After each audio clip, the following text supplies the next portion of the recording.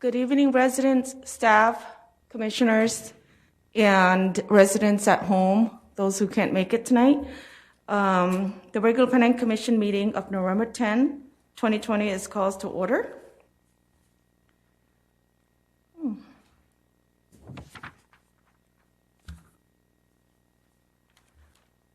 Due to COVID, there's a couple of things that got changed. One of the items is if you want to be able to call in, you can call in before 4 o'clock.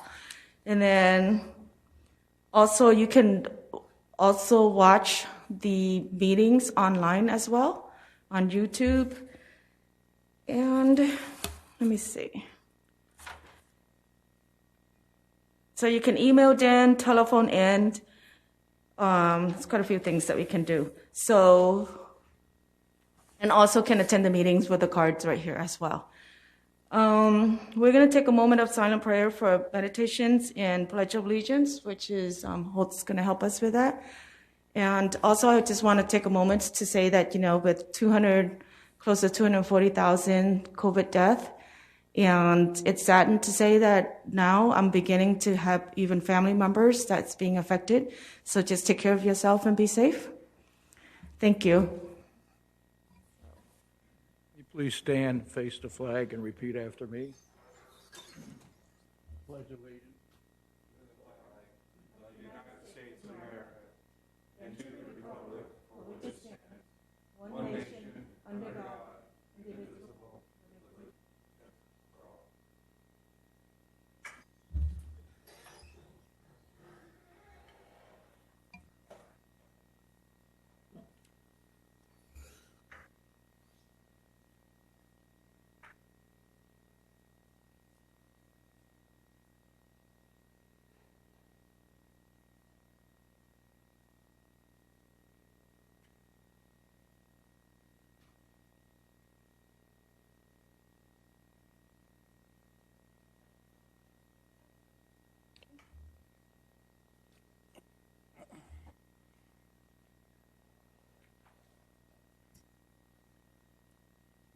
Mark, can you give us a roll call, please?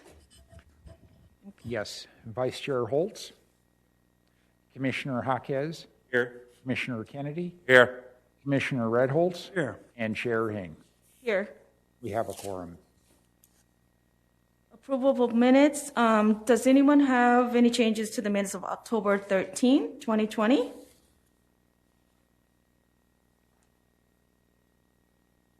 Seeing none, the minutes for October 13, 2020 are approved as submitted.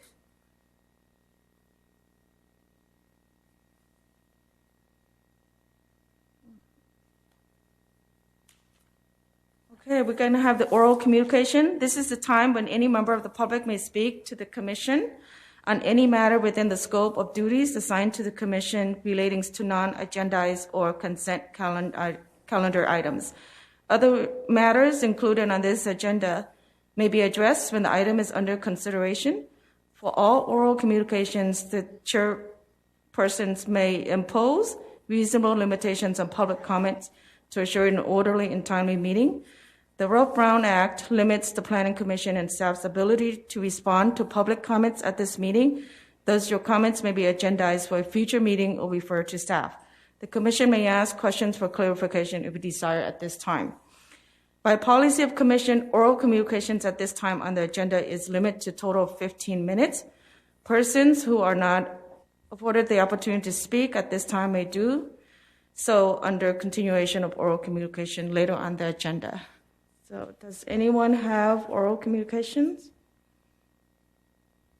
Anyone like to come up and speak?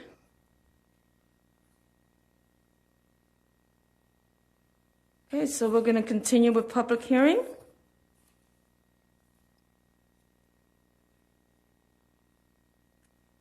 I think we may be moving item number 3 first because we had this meeting prior the last time. So we're going to move item 3 first, and then we're going to go to item 2, 1 and 2.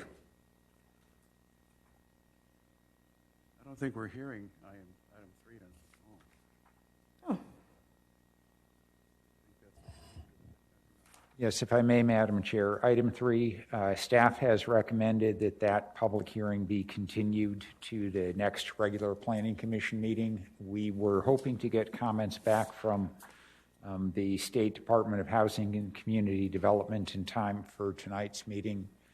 We did not, so we are recommending that this item be continued to December 8th. I'm sorry, not your next meeting, 2 meetings from now, December 8th. Madam Chair, if I may, we're moving item 6. That was the Okay, switching item 6 up. switch 6 to, We're going to hear item 6. The idea is to hear item 6 first. okay. We'll move to item 6.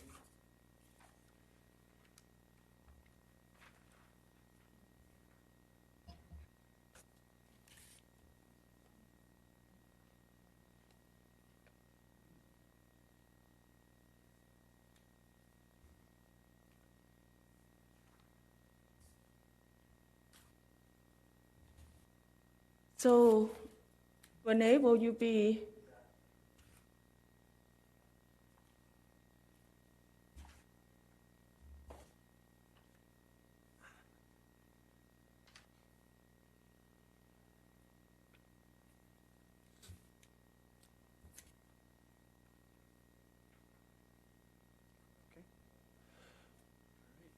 Good evening, Chair and Commissioners. Tonight I will be presenting item Subcommittee for Design Review 20-79. You guys may remember this one. Okay, so the following scope of work was reviewed by the Planning Commission on October 13th. Planning Commission continued the item and had asked the applicant to redesign the entry porch.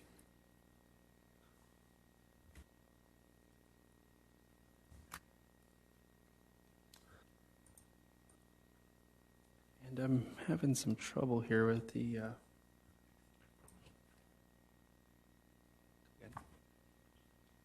print.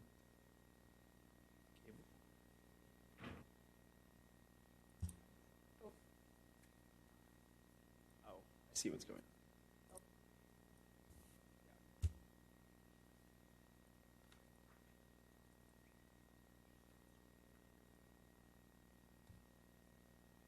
All right. Picking up. Okay, so this is what the existing house looks like. And then the first porch was proposed at 17 feet in height at the second floor roof line and 19 feet at the peak.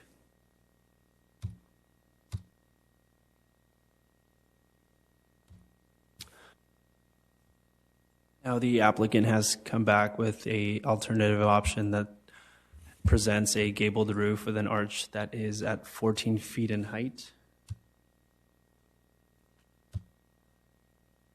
And here is alternative option number 2 with a gabled roof with a rectangular shape at 11 feet and 6 inches. So again, this is option number 2, and then I'll go back to option number 1.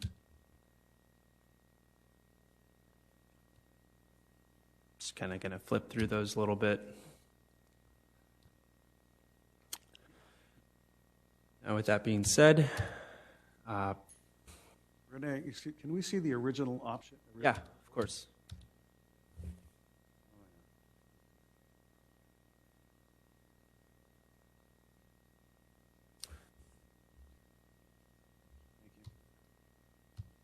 What was it before this one?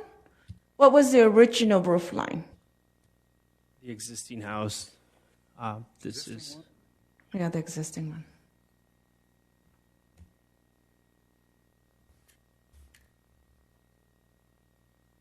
Renee, do you have a picture of the house across from this one as well? I can pull that up.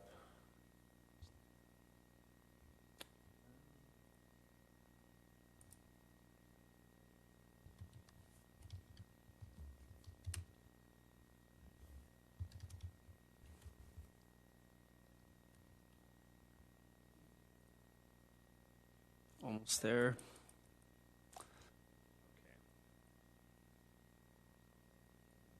Is this the one you were talking about? Okay, this is, That's the one that was discussed at last meeting. okay, thank you.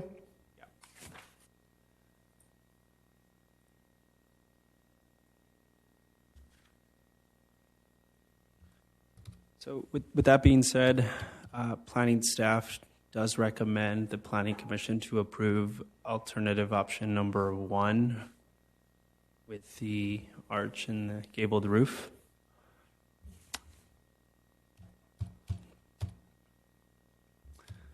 And that concludes my presentation. Oh, and the applicant, and I believe the homeowners are here as well, if you guys have any further questions.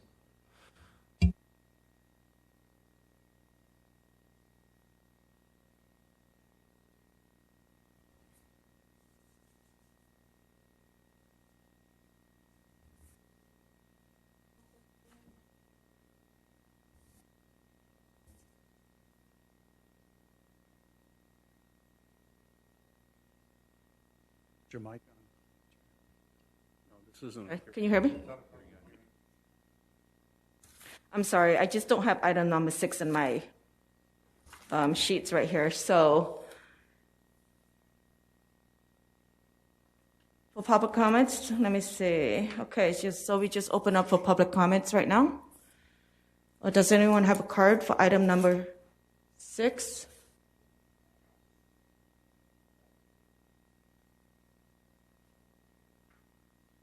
Good evening. Oh, wait. See, for 6, do you have a card for 6? Yes, Yes. It's Jay Summer. yes, I'm the designer. Okay, So I just, we talked with the owner, we feel this is a really good presentation. I think if we're at the bottom, it looks too small, and at the top, it looks too high. I think we brought it down to a level that really is in scope and scale with the house and the neighborhood, and I feel that it's a good look, and the owner's excited about getting it at, and they're here tonight also to make it. So that, I really don't have much else to say other than we feel that this is really the best of all the positions that we've looked at. So appreciate you taking into consideration that particular one. Thank you. Thank you. And then there is Maricela.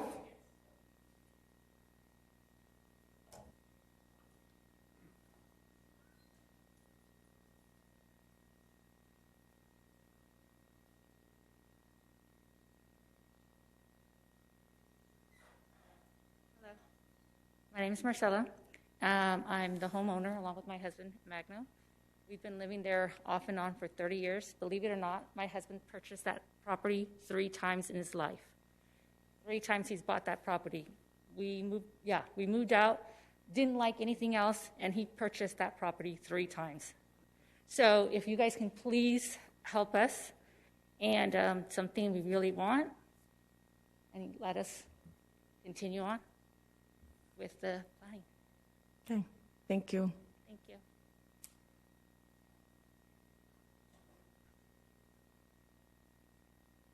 Is there anyone else? That's all the cards that I have.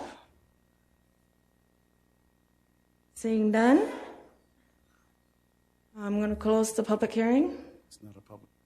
Oh, it's not a public hearing. Okay, so we'll just have a discussions or we'll just approve it. Sorry. So, shall we take a roll call? Well, we need to discuss it and have a motion first. I mean, okay. Anyone want to I'll- make a motion Let then? me go first. I have a couple of. First, let me just say to the architect and to the homeowners, behind my mask, I'm smiling. Okay, because I appreciate what you've done. The option number 1 is a big improvement, at least to me, and I appreciate you're taking that effort and listening to what we had to say and acting upon that, because this, to me, is a much more pleasing and a much better alternative vis-a-vis the rest of the neighbors, the rest of the neighborhood. It looks better, So I appreciate that, and I'm prepared to move the item forward for approval. I'll make that motion. Madam Chair, if there's no other comment, I believe Commissioner Holt. Holtzman has something to say. Yeah, I concur with my fellow commissioner. It looks much better, and I appreciate you people working with us and made the improvement, and I'm much in favor of it. Okay, does anyone have a, go ahead. None other than I'm ready to second Commissioner Redholz's motion. Yeah. I also want to say thank you for making the change. It looks a lot nicer, and that was quick too. Thank you. It's quick. Okay, so we have a motion and a second. So roll call, please. Mark? Yes, we have a motion by Commissioner Redholz, a second by Commissioner Jaquez. Vice Chair Holtz? Yes. Commissioner Jaquez? Aye. Commissioner Kennedy? Aye. Commissioner Redholz? Aye. And Chair Hing. Aye. Motion passes 5-0. Don't sell it and buy it again, okay? Just keep it.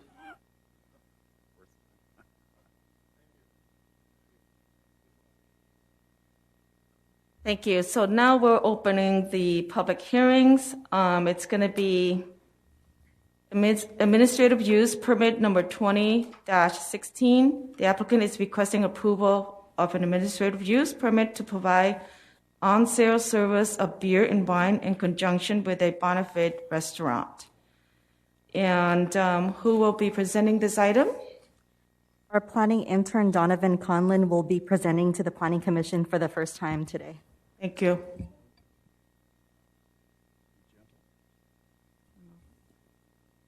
Number one. Good evening, Chair and Commissioners. Tonight I will be presenting administrative use permit number 20-16. The applicant is requesting an administrative use permit to allow the on-sale service of beer and wine in conjunction with an existing 2,540 square foot restaurant located in South Hills Plaza Shopping Center. The site is zoned neighborhood commercial with Southern California Edison zoned as R1 to the north, multifamily residential uses to the west, east, and south, and lastly, single-family residential to the southwest. 495 public notices were sent out to owners and occupants within 300 feet of the site. Planning staff received a letter of concern for the requested sale of beer and wine within the existing restaurant. The individual who requested a hearing expressed some concerns regarding the sales of beer and wine near schools. Staff recommends that the Planning Commission adopt a resolution approving administrative use permit number 20-16.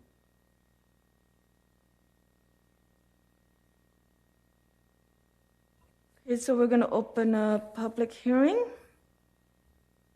And that's item 2. I have one card from Steve Kim.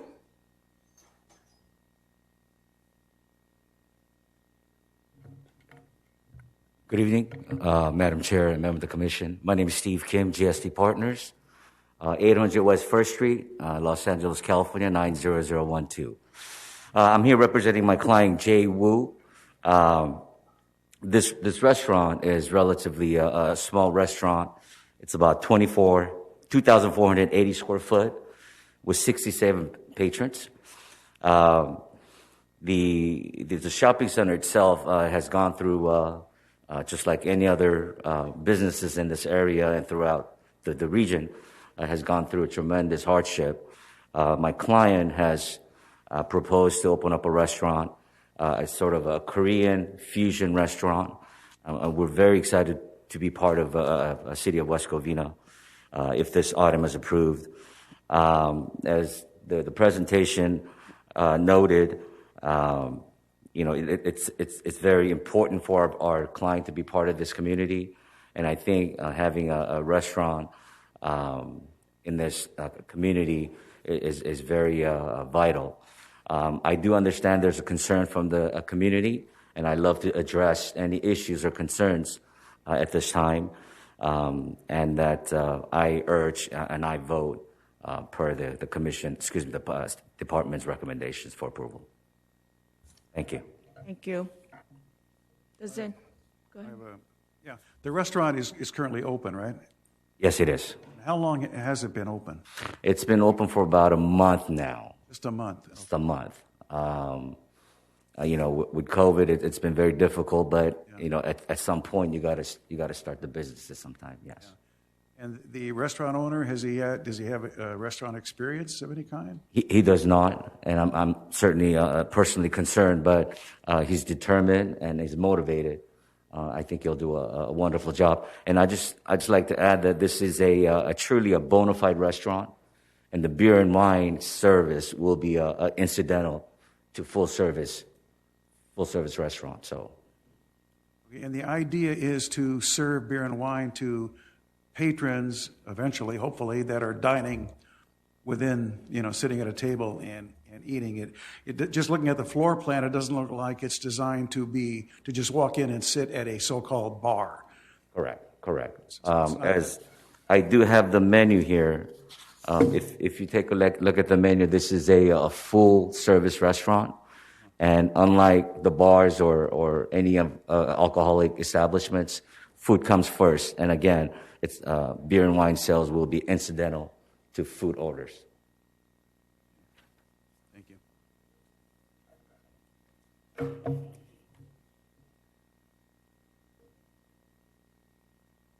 Okay, thank you. I only have one card in favor. Is anyone else in the public? Anyone else opposed? You have an opposed card.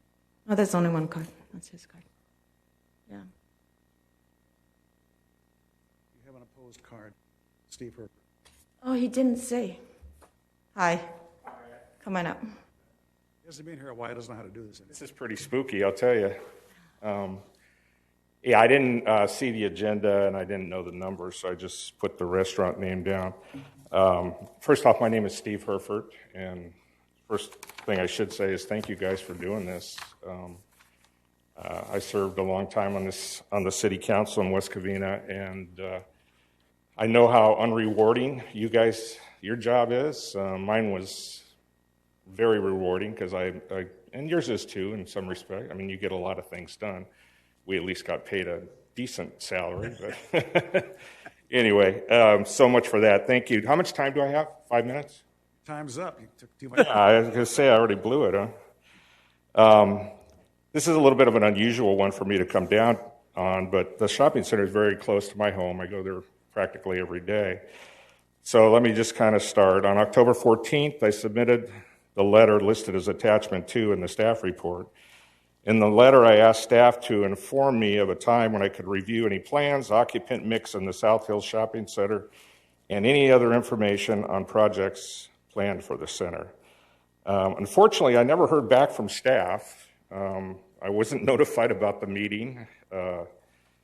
I can only provide the input based on what I know about the center. And I think I learned something tonight because the question Commissioner Redholz asked about the restaurant, my understanding was that restaurant's been open a couple of years, or at least a year, but maybe it's just changed names. And that's something new to me because I didn't know that. Okay, with that background, I'm recommending the Planning Commission consider the following facts in their decision to approve the sale of beer and wine by Bigopa Restaurant. Over the past 2 years, the shopping center has transformed from a retail center into a shopping center with schools, businesses that suspiciously never open, and an encampment for the homeless. They have also added a park on the property and I believe a church. There now are at least 2 schools that occupy the center, the Fly Here Academy and the Mathnasium. Both of these schools are geared towards grades K through 12. When the schools were proposed by the owner of the property, I didn't oppose the schools because it seemed like a warranted occupancy for the center based on the direction of the tenant mix. However, schools and booze don't mix. The applicant rented buildings to house these schools and now is asking for the community to forget they exist. There is also a judo studio, which is predominantly youth-oriented. There may be other schools or youth programs in the center that I'm not aware of. The occupancy of many of the buildings is very secretive. With regards to businesses that suspiciously never open, it concerns all residents to see new businesses under construction for over a year and never open. For example, an 88 sandwich shop started construction in early 2019 and opened for a week over this past summer, then closed. A noodle shop has been under construction for over a year and still not open. Are these scam businesses owned by the center owners? Are they fronts for illegal operations? It is very suspicious for someone to invest the money, total tenant gut and rehabs in these businesses, and never open them. Before any permits are issued, I believe the city should answer these questions for the public. The homeless problem at the center has multiplied over the past 2 years. Ownership has done nothing to prevent businesses and the public from being harassed and intimidated by individuals who sleep on center sidewalks or behind buildings. This lack of action speaks to the trust between the ownership of the shopping center, the businesses, and the residents who patronize it. The Bagopa restaurant has been in operation, and this may be wrong, I thought they were in operation for over 2 years without beer and wine on the menu. Why now, in the middle of a pandemic, when no one can eat inside, are they requesting to serve beer and wine? Will they be selling this to go? I know the alcohol permits allow that now. In conclusion, finding number 6 clearly spells out that you must consider schools, preschools, parks, churches, daycare centers, and similar uses in approving this use permit. It must not be detrimental to the health, safety, and welfare of the public. So if you feel alcohol usage near a lot of children is okay, then go ahead and approve the permit. I should point out that staff doesn't address the issue of children, schools, parks, and various uses in the center. Instead, they say the following. The availability of beer and wine in conjunction with meals should not be detrimental to the health, peace, or general welfare of persons residing or working in the vicinity. In conclusion, I'm not opposed to restaurants serving beer and wine. However, the ownership of this center chose to open schools in the center. They built a park. They have a judo studio and a church. This was their choice.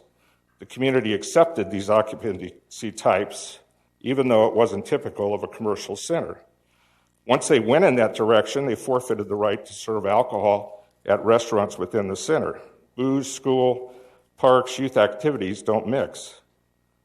I urge the Commission to reject the sale of beer and wine at this restaurant. If more time is needed to answer my questions, I suggest this item be held over for further information. Thank you. Thank you. Does any commissioner have any questions?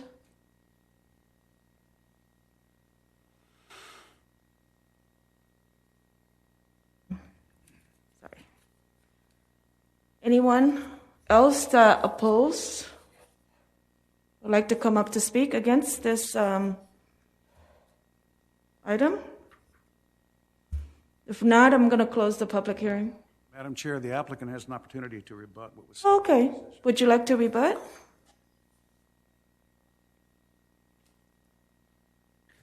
Thank you very much. I certainly understand the concern of the gentleman about the shopping center itself. What's before you today is not the shopping center, but a small part of a restaurant that really desperately needs a beer and wine for the viability of their business. I could certainly be a conduit between the shopping center owner and the gentleman that spoke in opposition of our application. But certainly having other amenities or schools and markets in that area should not be negatively affecting our application.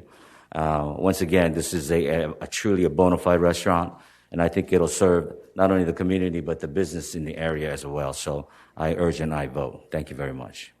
Can you just verify and clarify that Mr. Herford suggested you may be open for 2 years? Can you address that? It's only been a month or so? It's been open since October 19th, to be exact.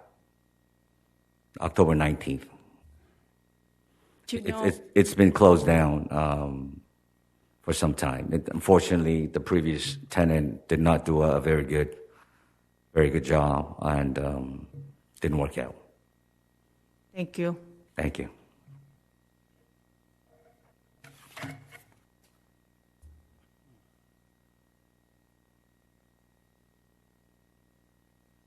Okay, so does anyone have any questions or? I have. Staff, there's 2 schools in that shopping center? Is that correct? That's what I'm hearing? Can anybody elaborate on that? There are tutoring facilities, which is classified as schools. I think they're after-school program, and one of my nephew was attending, I believe, and since March, I don't think he's been attending since, so everything's pretty much closed. For now. Yes. It's a tutoring center. I think they go there after school for a couple of hours. I think his is an hour. I believe it's called Mathanesium, and it went before the Planning Commission last year, a year and a half ago. Thank you.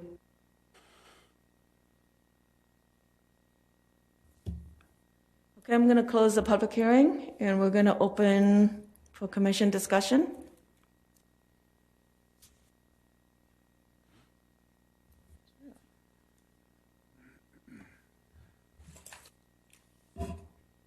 Go ahead. Go ahead, Don. Go ahead, Don. Yeah, it's a pretty small shopping center, and it's right now they've got a church and the schools and all that, and I really don't see the need to serve beer and wine in this restaurant. I don't think that's going to make the difference between success and failure. So I don't really see the need for it. Okay, well, I disagree with my fellow commissioner.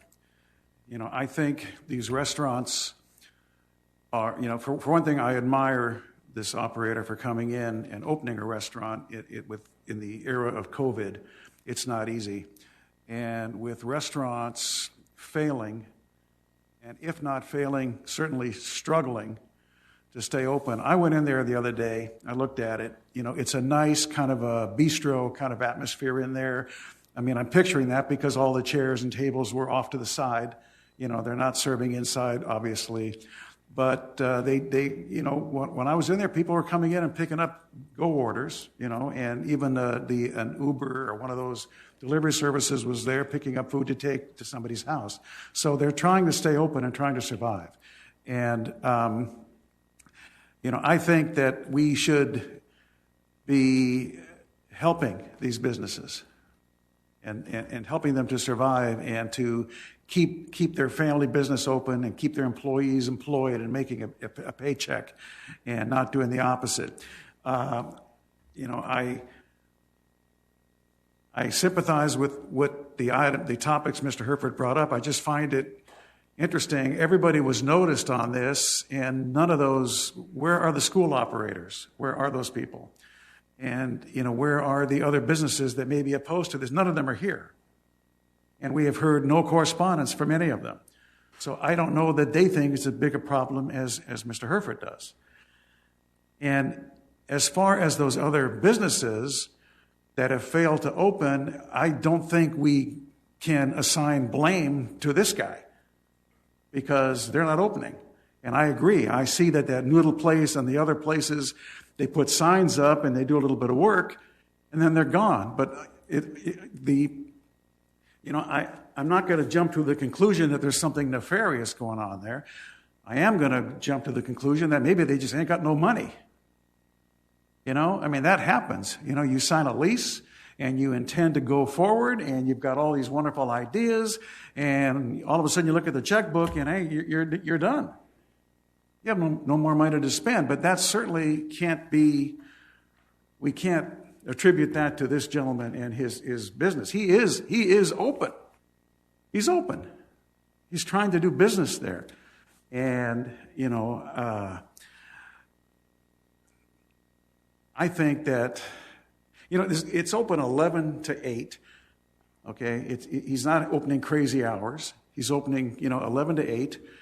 He's, like I made the point, you can't walk in there and sit there and, and order, liquor, beer, and why not just sit there? I mean, people are gonna come in. The idea is you sit down, you order food. I looked at the menu when I was there. He's got a nice array of food, a lot of food that looks, I didn't have anything, but the pictures sure look good.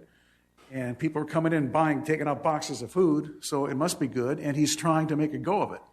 And, people like to go into a nice restaurant, especially when it's kind of got that kind of a bistro feel to it, and sit and have a glass of beer or a glass of wine with their meal. I see nothing wrong with it, and I'm prepared to support it, but I want to hear what my other commissioners have to say, too. What else? Well, I'm pro-business. Supported the alcohol at the gas stations. And all I heard was, I got to think of the kids, think of the kids, think of the kids. Well, if there's 2 schools, I can't support it. So, unless the center wants to get rid of the schools, then I'll be all for it. But if there's children involved, no, I can't be for it. Yeah, I'm going to somewhat reiterate what Commissioner Redholz had to say about not diminishing this business's ability to draw in customers by virtue of being able to sell beer and wine. I do think that is, in not being any sort of expert in the restaurant business, that it is part of the formula for attracting customers. So that is something that is a significant in factor in how business is attracted to restaurants like this. The concern about there being the tutoring services in the adjacent in these adjacent locations in the shopping center is it could be a concern if it were, in my mind, a different kind of business as opposed to a bona fide restaurant. I can understand, if it's the type of business that attracts a certain type of clientele, like if it were more of a late night spot, again, but then those businesses aren't operating at late night hours. I don't see how the mix of having this type of business, this type of restaurant operating the way it will, with it being a bona fide restaurant and not having something that's more or less like a bar setting, really contributing to potential safety concerns. That's something that I think in a lot of commercial settings exist today that doesn't necessarily result in those kind of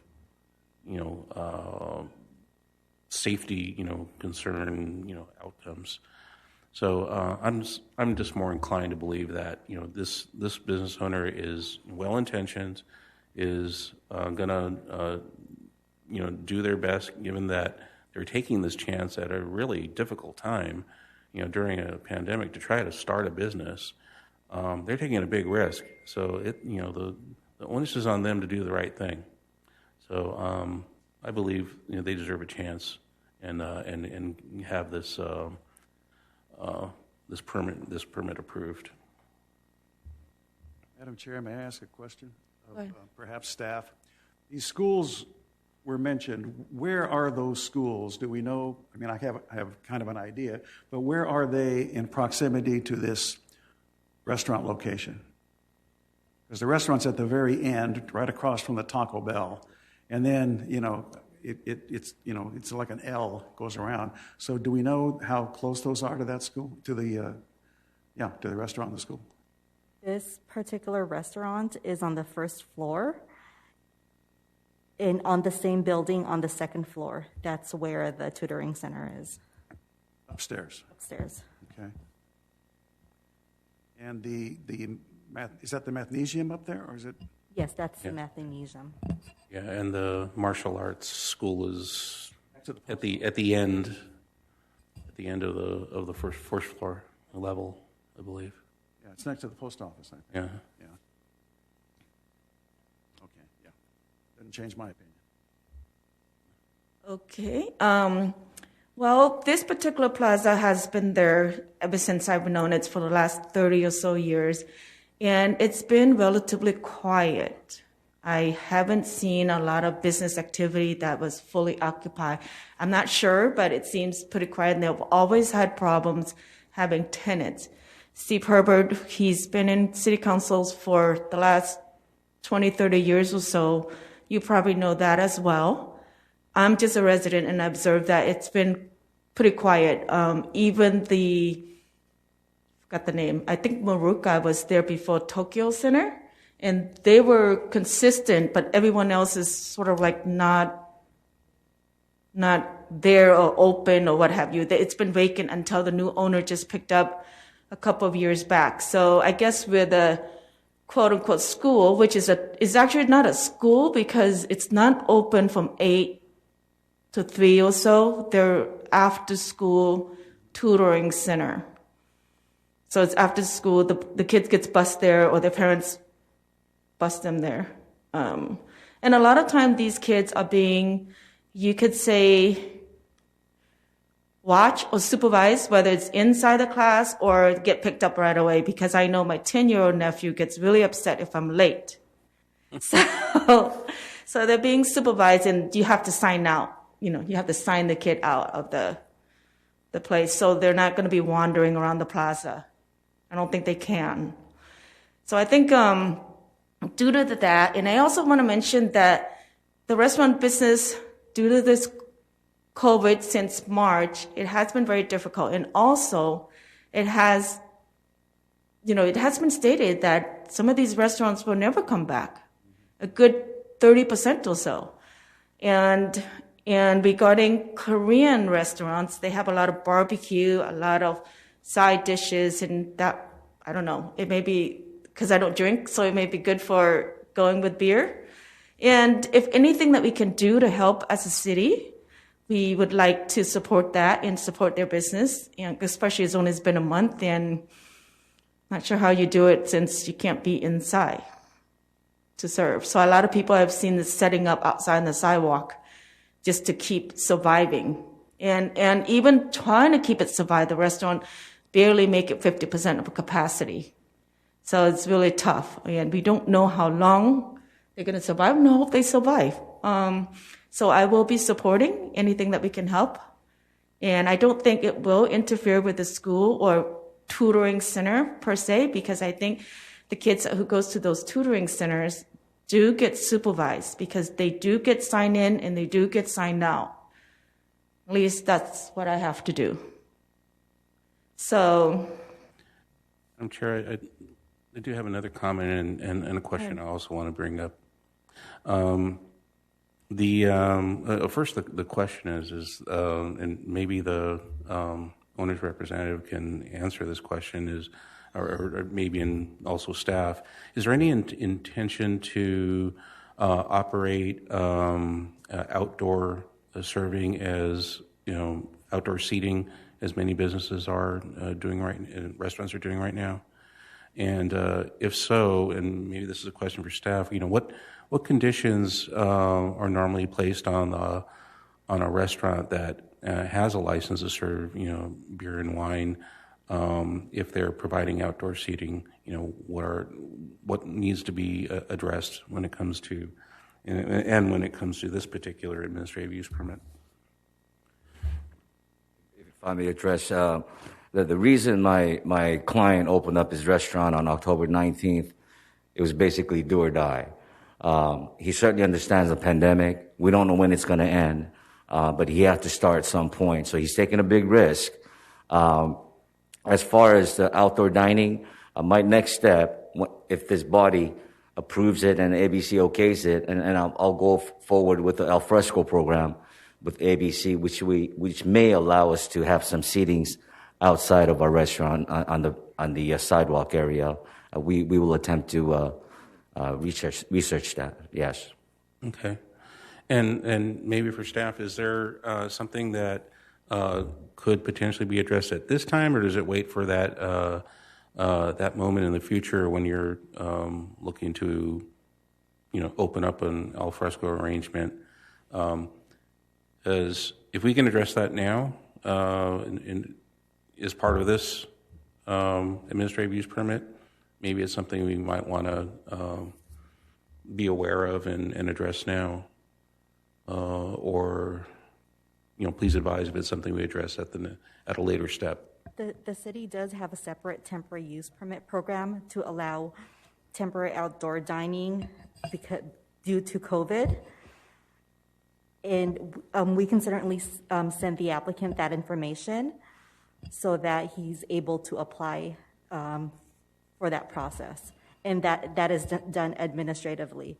As far as serving beer and wine outside, that is governed by ABC. As if they have a restaurant, then they would be allowed to do outdoor dining outside through our temporary use permit program. But as far as serving beer and wine, it's still up to ABC. Okay. One other, just for you, sir, the city is trying to do everything it can to help these restaurants survive. That's why you're seeing a lot of restaurants throughout the city with setting up outdoors, because they're really cooperating and trying to help the restaurants. So I would encourage you, depending on how this, it sounds like you have support to go forward. So, I would definitely stay in contact with the city and find out, what you need to do and talk to ABC. So you're doing everything that you need to do. Everyone's trying to help businesses, especially restaurants, stay open and stay healthy. So there are ways to do it that we're allowing in the city. So you need to stay in contact, get your approvals and your ABC, and then talk to the city so you know exactly how to do it. So you can, because there's room there, and there's traffic there, and I think you will be successful there. But talk to the city. Okay. We thank you for that recommendation. Yes, sir. Joanne, I actually have a question for you. So currently in the city of West Covina, restaurant serving outside is not allowed. Is that correct per our code? It is through our temporary use permit program. But you had to apply for it. You would have to apply for it. There are certain things that restaurants would have to do. They would have to basically submit a site plan and make sure that there's safety precautions there so that vehicles don't drive through the outdoor dining area, among other things. But the city does allow them. Thank you. So, Madam Chair, I'm prepared to make a motion to approve. So I have a motion, and do I have a second? Yes, I'll second. Okay, roll call, please, Mark. Yes, we have a motion by Commissioner Redholz and a second by Commissioner Jaquez. Vice Chair Holtz?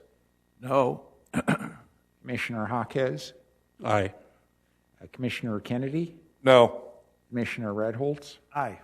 And Chair Hing. The motion passes 3-2. Thank you very much. Thank you, and good luck. Good luck, sir. Good luck, sir. And for the record, that's resolution number 20-6048.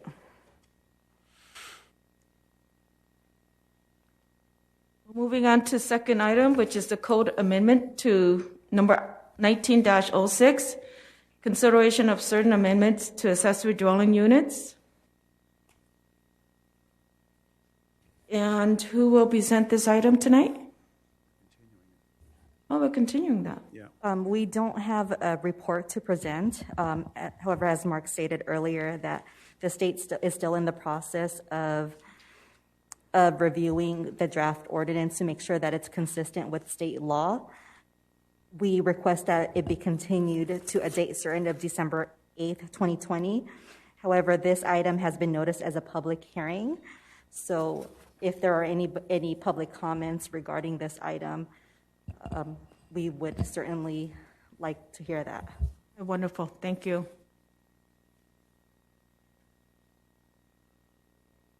So, Madam Chair, at this time, you could open the public hearing if you have any public comments.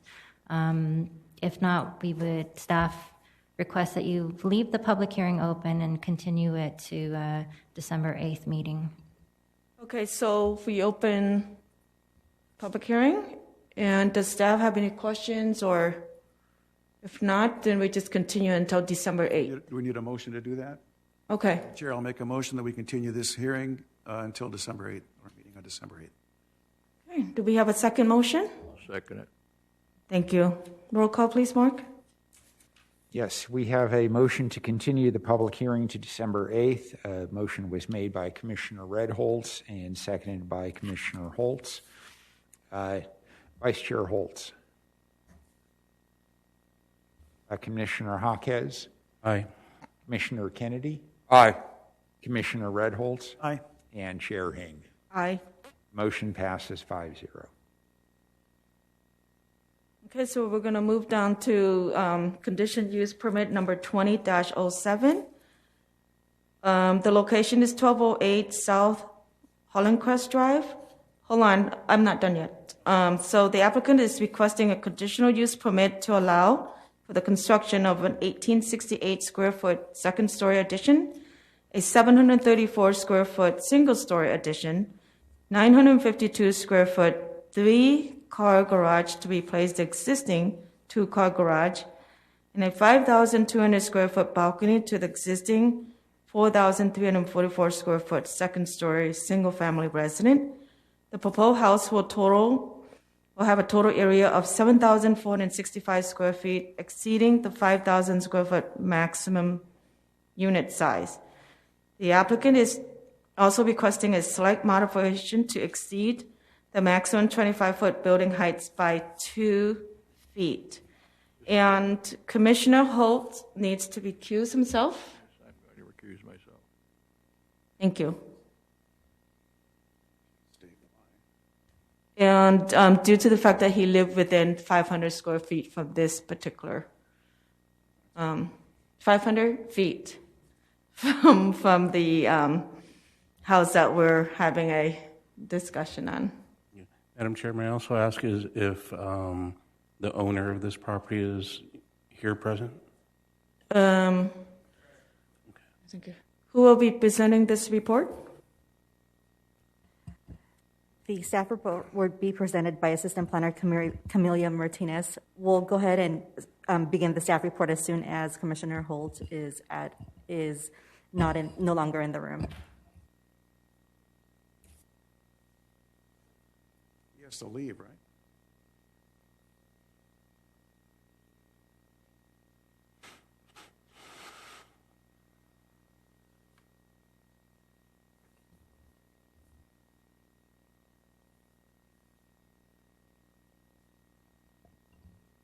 Go ahead, Camelia. Good evening, Commissioners. So I'll be presenting item number 4, which is a summary, an addition to an existing second-story house exceeding the maximum unit size and maximum building height.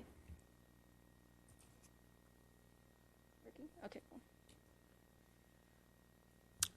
The property is zoned R1, residential single family. The lot size is 23,160 square feet, which is around 0.53 acres. The existing house has 4,344 square feet. The applicant is requesting a conditional use permit to exceed the 25% threshold of the maximum unit size. They are also asking for a slight modification to exceed the maximum 25-foot building height by 2 feet. And they are required to have a subcommittee for design review because the proposed addition is visible from the public right-of-way. The property is surrounded totally by single-family residential to the north, east, west, and then to the south it is still single-family, but it's actually operated and run by suburban water systems.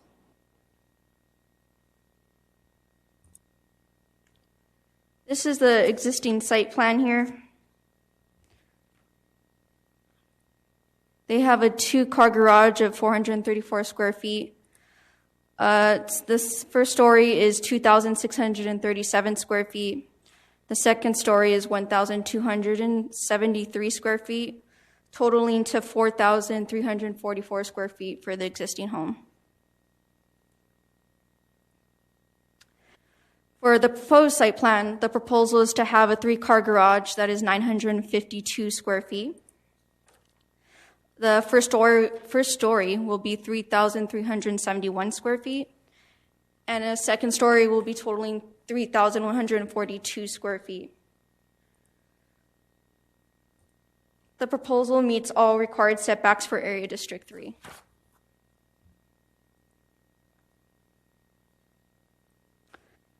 The proposed first floor plan, in this arrow, it basically is just demonstrating the entrance, which is kind of unique. You enter at an enclosed porch, and then you go through the main entrance of the home.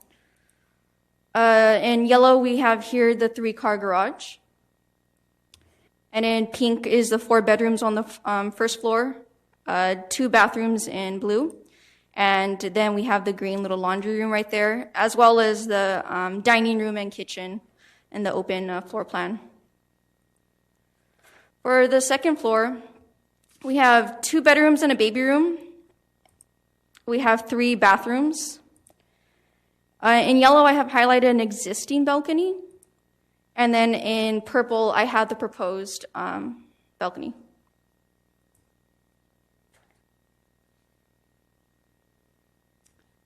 For the proposed roof plan, we have 2 options before you.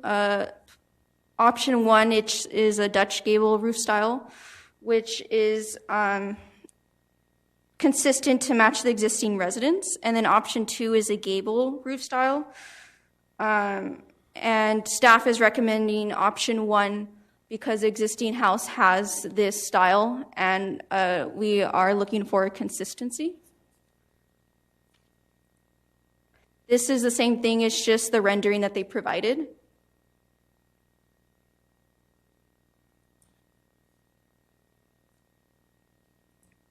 This is the front elevation, the proposed front elevation.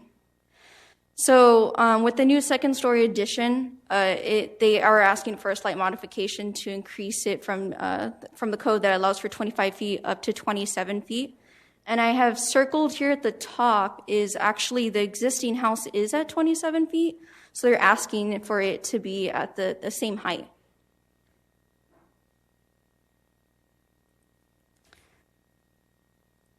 I just want to go back really quickly. In the front elevation, they are proposing, and along the rear, large exterior windows, and also for an alternate material, they're adding shade gray Concord double vinyl siding, which you can kind of see in these horizontal lines here. You can see in the renderings when I have the other photos coming up. So for this side elevation, this is the most visible elevation because it faces Holland Crest Drive. You can still see the siding here. Oh, it's not coming out. The siding there, as well as the low retaining wall. This is the opposite side elevation, which is not visible from the street at all. You do have the existing in yellow, the existing balcony, and then in purple, the proposed. And for the rear elevation, the same, where the yellow is existing and the purple is the proposed, with the change of now this large, the second story addition with the large windows. And this is just the rendering of that from behind as well.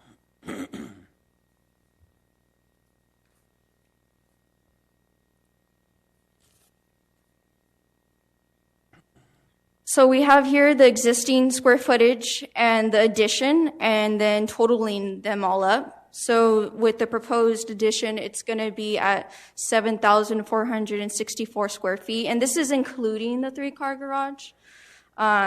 Over the lot coverage, over the lot square footage, which gives us an FAR, floor area ratio, of 32%. As far as lot coverage, similar but a little bit different.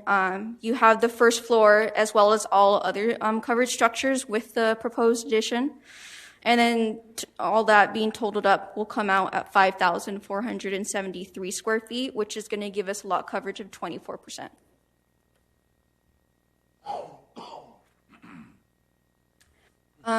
As part of large home presentations and projects, we do an analysis of the surrounding neighborhood. In this specific project, we did do 13 properties that you can see here. And as part of that analysis, it was surveyed that for the mean and medium of those properties, the FAR was in 19% in comparison to the subject property, which is at 32%. The proposed home would be approximately 2 times larger than the average sized home within the surveyed area. Staff recommendation is for Planning Commission to adopt the resolutions approving conditional use permit, slight modification, and subcommittee with design option 1 of the Dutch gable roof. If you have any questions, I'm available. We do have the property owners and the applicant designer here to answer any questions as well.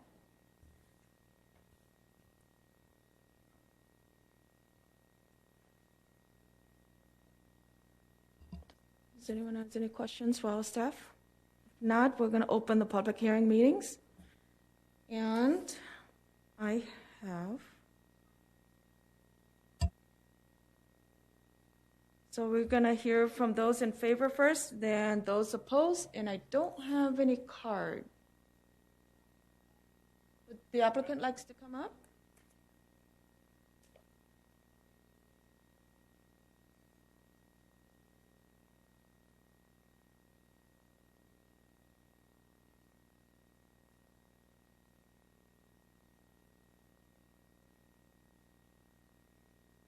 Hello. Hi. Hi. So the main reason we are expanding is my husband just came back from deployment and he has 3 years between there might be a next one. And during these 3 years, we would like to have babies, and I would like to have at least 3. So we need bigger house. And right now, even though I know it says 4,300 current square footage, but it just doesn't have that much living area because we have 2 living rooms. The second story has a large living room, which my dad converted into a gym. And the other half, like my mom converted into a reading room, so it's not for us. And the master bedroom is for my parents. My dad and I are the house owners. So I work as a photographer. So I also have a studio that I work at home. So now we just need a lot of extra room for those 3 babies. Yes. Questions? Okay. I have a question. We're talking about 2 different options for the roof. Mm-hmm. Which is your preference and why? Well, the second one definitely looks better, like the second picture. I like that one. And I know the first one is the one that it goes with the original design. I think the second one looks better. Okay. So it's aesthetic. It's the way it looks. Yeah, the way it looks.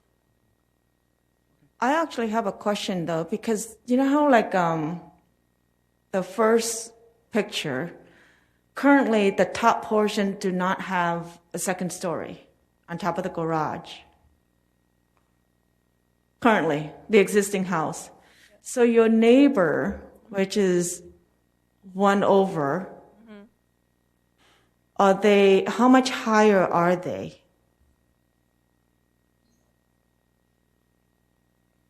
How much higher they are, but our second story bathroom has a window that's looking at their fence. So yeah. Oh, hello. My name is Edgar. I am the designer for this property here. And approximately from the east side of the elevation to the neighbor's house, it's about 17 feet in height difference. From the west side, I believe is about 18 feet, so it's pretty much flat. It's just it escalates at every which property line which it elevates down to. We have the end of it, so it almost cliffs down into the Hauling Crest, but it approximately is about 17 or 18 feet. Is that ground elevation only or include From grade to grade. From grade. So when you added the second story to the garage, on top of this garage, Yes. the house to the east will not. No, there's no really an affectance there. You still has an elevation higher level to the neighbor's house on the east side. So it's about 17 feet. When you put the second story up, it's flush with the existing roof height. So it doesn't encroach any eyesight from. Because this is 27 feet, so you're Correct. saying 17 feet difference elevation. And their first floor would be. Which is 9 feet. The garage height, it's 9 feet. Okay. So the second floor will leave you at 17 or 18 to the top plate. I believe it's 22. Considering your elevation from the east side, you're starting at 17 feet. So they're approximately higher still, and it's overseeing our proposed elevation there on top of the garage, which is what you're questioning, correct? So if I'm blocking the view from the east side into looking into the west side by putting a second story on top of the garage, is that your question? Correct. Yeah. So the difference elevation height is about 16 to 17 feet. Slightly a little bit more. Yeah. So it's still below the obstruction of view. So you're saying the house on the east side, because it looks like it's right there. If you move a little bit further, I'm sorry. There's a lot of, if you look up, there's a lot of, I don't know if you can see it based on here. Seems like there's a lot of windows in that, the east side house. Because right now you have a one-story garage over there, and Right. you that area, you just kind of look through it. Okay, so I think it's further down. Yeah, it's this one here. Yeah. It's hard to see. So that's where it's clear, right? There's a difference in elevation. Well, there's a different in elevation now. It looks like just right there right now, but then once you built the 2 stories right on top of that garage, the house on the east side. Yeah, it's still the frontage of the east side, not from the side of where there's actually a view. If you're looking at it straight from the porch, there's no view there right now. We couldn't go up. Yeah. So adding on top of it doesn't make a difference. Okay, if there's no view, why would they have all that windows around it? You can see it. Not the house that you're proposing, but the east side of the house. If you look at all, well, you can't really see it. When you drive there, you can kind of see it, but okay. So do you know the answer, though? Because of the elevation? You said 17 feet, but by the time it get to the second level, it'll be 27. So the difference is, on the east side house, will that be blocking? So it's... I don't know if it's a living room window. I don't know. There's a bunch of windows over there. So that side is the frontage of the property there where you say you may have a view.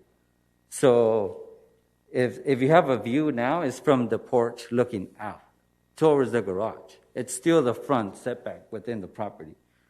So right now to this point, there is no view unless you look up. You go outside and you look up because the garage is obstructing view to even oversee sunset. So adding a second story now, it's the same thing. It's this I mean, the view, you have to really go upside to the front porch and see. It's not enough room. Maybe we should take photographs so you guys could see furthermore what exactly, because describing is kind of, right? So, but we could take report of that for sure. Okay, thank you. Does anyone else have questions?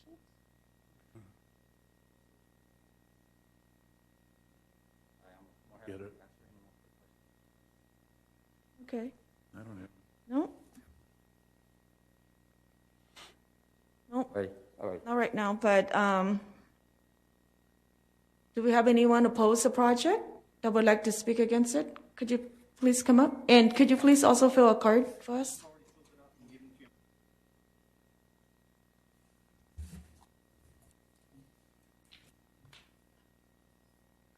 Is that number 4? My name is Paul Maselbus. Okay, thank you, Paul. I reside at 1216 Holland Crest Drive. I am the neighbor immediately to the east of the 1208. Oh, thank you for coming. You're welcome, ma'am. And I do appreciate your questions regarding obstruction of views from the west side of my home. We actually have 90 square feet of picture windows on the west side of our home. The proposed addition will create a significant obstruction to our view. I'd like to, if I may, address a few points made by the planning staff in their report. And first, I'd like to address the survey of surrounding residences. It's shown as the mean of floor area, 3855 square feet, and the median at 3453 square feet. I did a review myself of surrounding homes and came out with numbers a bit less. I do have a question as to whether those areas include garage space. I only have access to assessor's data, and the assessor's data actually shows an average of the 15 neighboring homes of 2,900 square feet, 2,916, and a median of 2,371. There's also another comment mentioned in the report that it is a predominantly two-story neighborhood. In reality, of the 15 neighboring homes, only 3 homes, including the applicant, are two-story. All the other homes are one-story. And so the proposal to build a home of over 7,000 square feet, when you look at the requirements, the maximum size is 4,000 square feet. And to requiring a conditional use permit is that you need to go 25% over that. So the maximum unit size per the zoning requirements is 4,000 square feet. Going up to 5,000 is 25% more. The proposal is for a 7,465 square foot home. We are very concerned as neighbors about this excessively sized structure. A couple of points I'd like to address that are in the staff's report.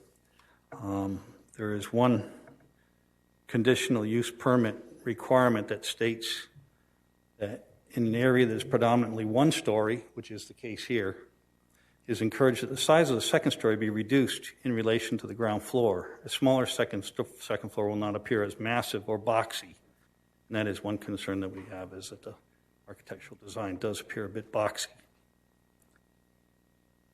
There's another element here. When adding a second-story elevation in one-story areas, encouraged to provide a significant second-story setback on the front elevation.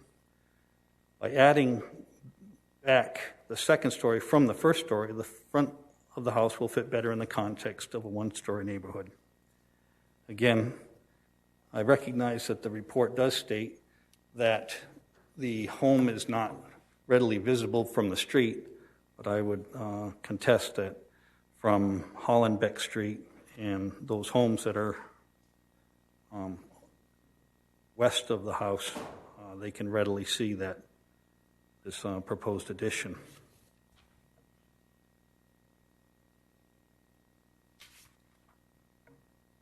I already touched upon the impediment to the view from my home. Let's see.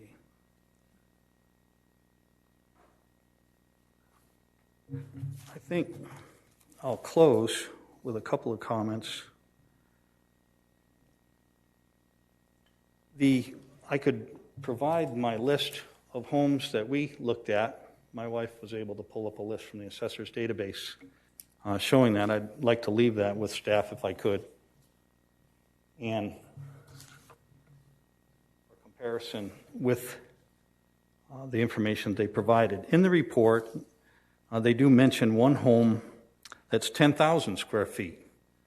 That house is not within the radius defined, but also that house is somewhat historic. It's probably the oldest house in the city of West Covina. I believe it was owned by the plantation owner. I'd like to request that if the commission is seriously considering this proposal, that perhaps one thing that would be useful for the community would be requirement or request that the property owner place story poles to enable the neighboring properties to see exactly what this building is going to look like from the street and from their homes. And perhaps the commission, if they were to consider approving this proposal, that they at least continue this hearing pending the placement of story poles for view by the neighboring residences.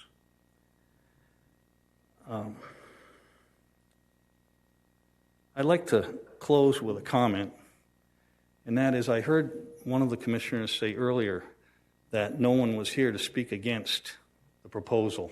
This was another one of the items that you considered earlier. And I have to tell you how difficult it is to come up and speak against your neighbor. I value my friendships with my neighbors, and this has been extremely painful to come forward and contest my neighbor's proposal. Thank you for your time. Thank you, and thank you for coming.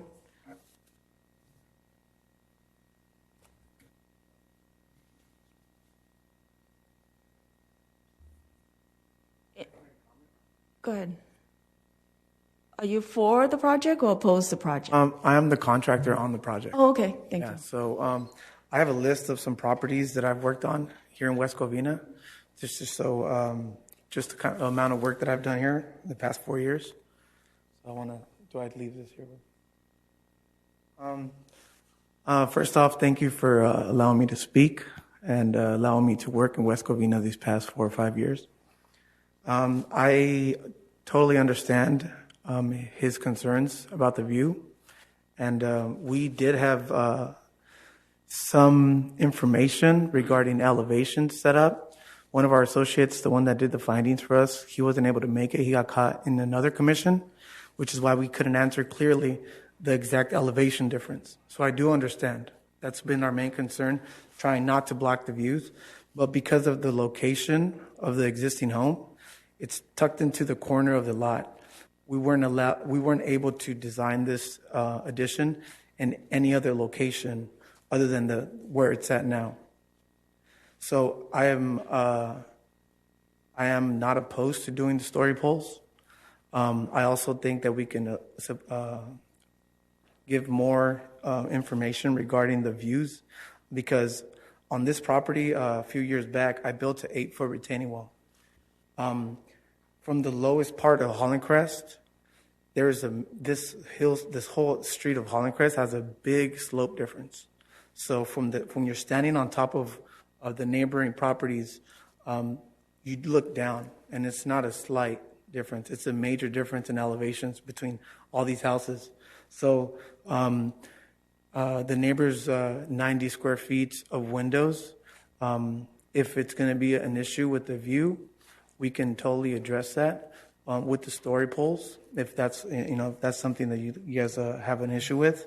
But overall, we have been taking the views into consideration per our findings and per our research. There's so much slope on that street that we don't believe that it will be blocking a view totally. Like I said, I've done a lot of work here in West Covina, and I appreciate you guys taking this project into consideration. And looking forward to see what you have to say. Thank you. Thank you for coming up. And can you fill up one of the cards as well? Of course. Any questions? I'm open.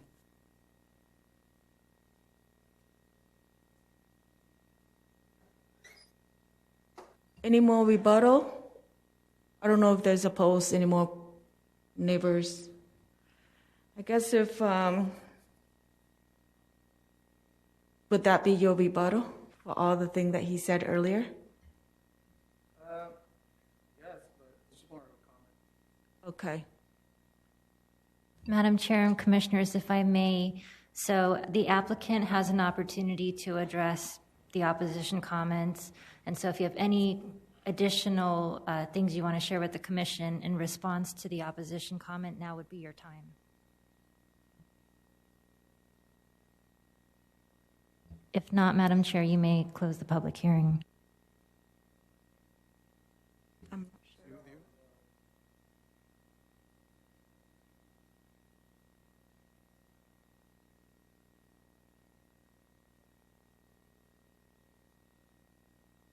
Hi, my name is Fernando Solis. Hi. Can you fill out a card for us as well? Thank you. I'm here with VIE Design, and I did hear the neighbor's concern about blocking the view. Is that correct? The rebuttal. So there is a difference in grade of approximately 16 feet from the project site to the adjacent property, and also his view is only accessible from the second story, which is over 27 feet in height. There's such a, I don't know if there's a section or an elevation that we can show, but from that view, the neighboring property, which is to the east, is 16 feet above grade from the finished grade of that. His second story is 16 feet plus an additional 9. So we're at 23 feet. That roof ridge is 27 feet. I believe that from the section that we have provided in the elevation and the difference in grade, there is no obstruction. We can look at it in greater detail if the commission requests. But we would like at least the opportunity to present that information and to show that because of the drastic grade change, that there is no blockages in view. Okay, I have a quick question though. I understand that there's no, you mentioned that there's no blockage, but if you look at the plan over there, the garage, because the existing right now just only has the garage in the first floor. Correct. Correct? Correct. So at his first level, he doesn't have anything blocking him in that area, correct? Yes. So you're building a second story. So right now, his first floor, he will not be able to see it. But on the second story, you're saying that it may not block his view. Correct. His only windows are on the second story, and the second story that faces that elevation there. So how much is it blocking?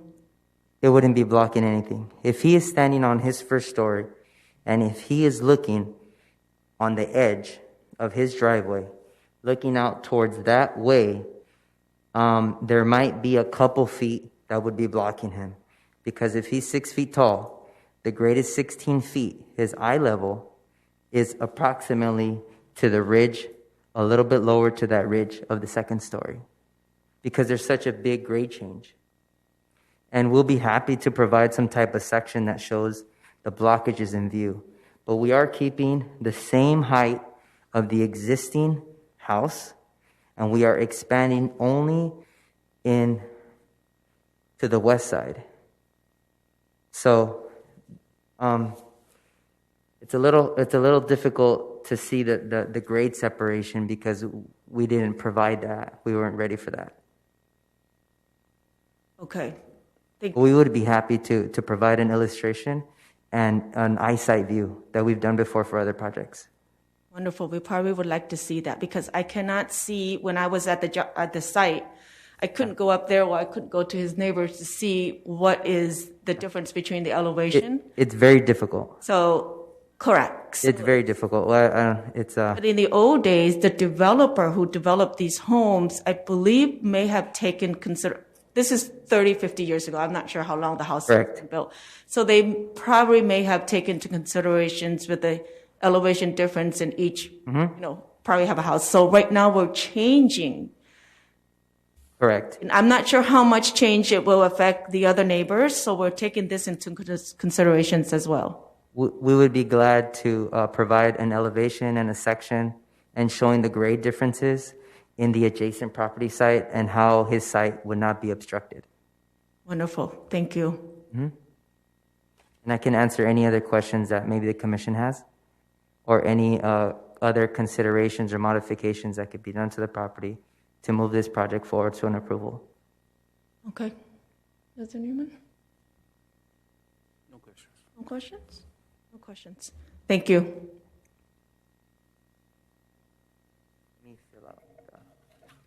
Thanks. I guess we'll close the public hearing and open commission discussions. Chair, if I may, I would like to address a question that the neighbor had asked staff regarding the neighborhood averaging. Since the floor area ratio calculation for the conditional use permit application requires that an attached garage be included in the floor area ratio.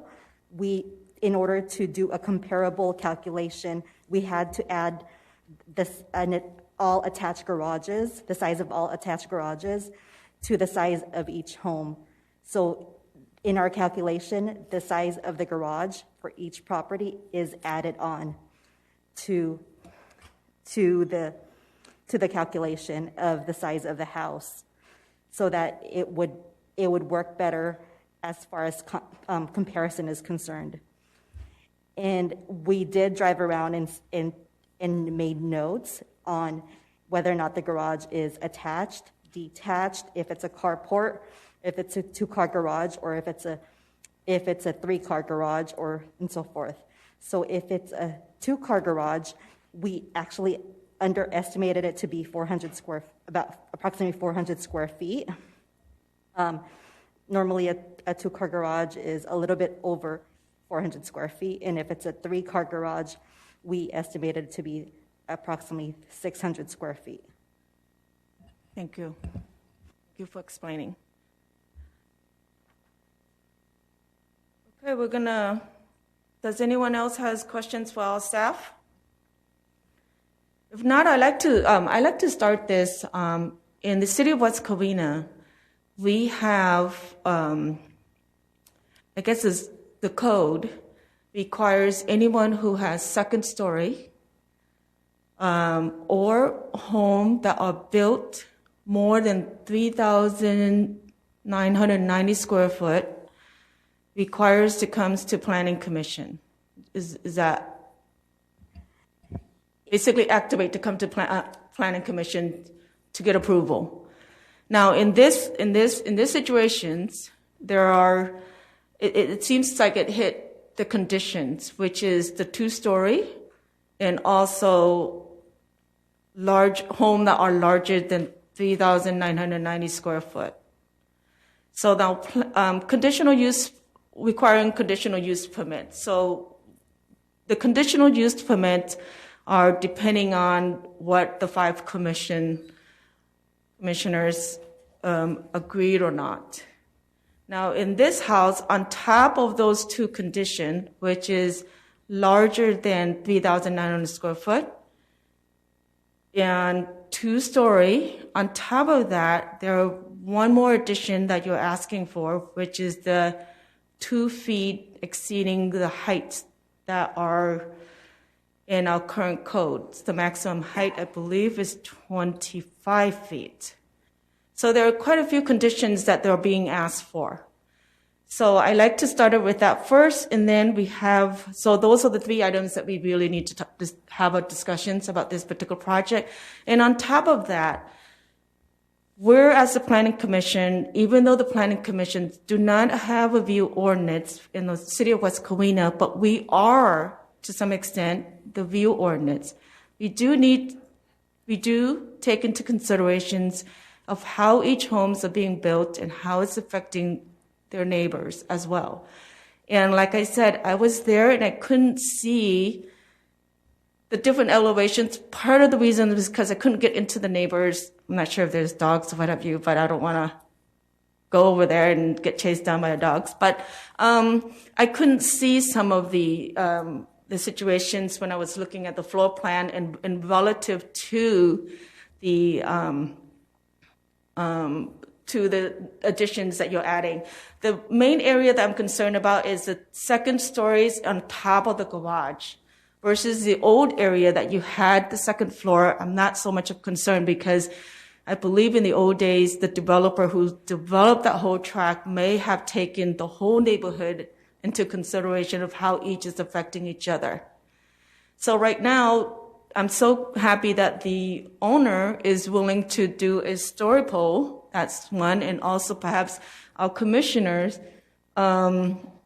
would be able to go back, work with the neighboring next door, and perhaps we can see a little better. And he also proposed to do elevation for us to take a look at.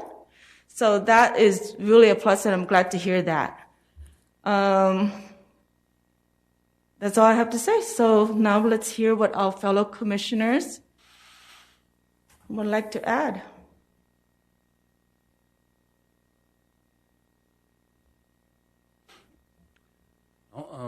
One thing I'll start on is that we do appreciate the owner's designer and contractor offering to make presentation of what they believe will demonstrate how the addition of the second story doesn't block any views to the neighbor to the east. So I'm certainly in favor of you producing that demonstration of an elevation that shows that. Also, the owner's contractor said they were willing to install story poles, which would be something I believe the neighbor would be interested in seeing to make that demonstration on site, which I think is a good idea. So I think that's a starting point here on that we really need to make that demonstration clear enough to see for ourselves and for the owner's neighbor.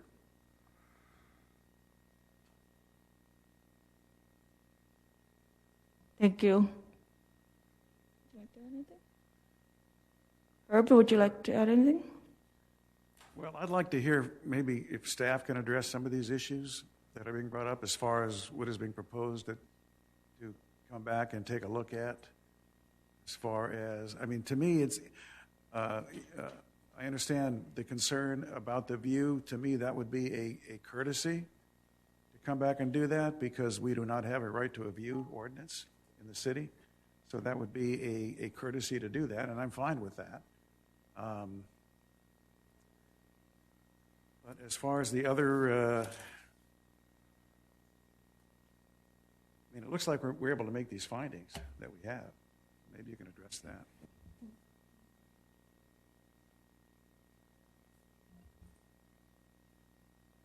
So perhaps we have a continue? Okay. Okay. Make a motion to Then continue. I would like to make the motion to continue this item with the request that the owner make presentation of drawings showing the elevation difference with the neighbor's property, the proposed roof line shown relative to the neighbor's view, and also the installation of story poles, so the neighbor can observe how the impact of the second story could potentially impact their view. I'd like to add that perhaps our commissioners, now that both owners are here, perhaps we can go to the property, and we always go to the property, by the way, for any conditional use permit. And perhaps we can get permissions to go to the property and take a look at to see the elevation as well. That's among our commissioners, so it's not. Would that require some sort of setup with staff? I mean, we all went, that's a meeting. So. It's a Brown Act situation.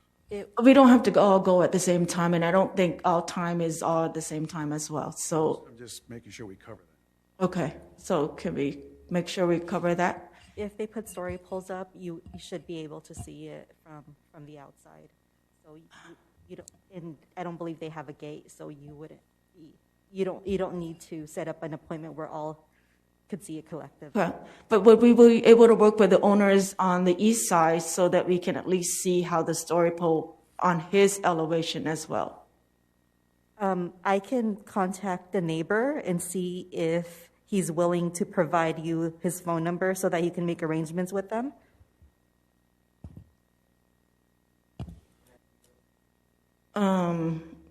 It's closed. I'm sorry. So we'll be continuing this, so you can.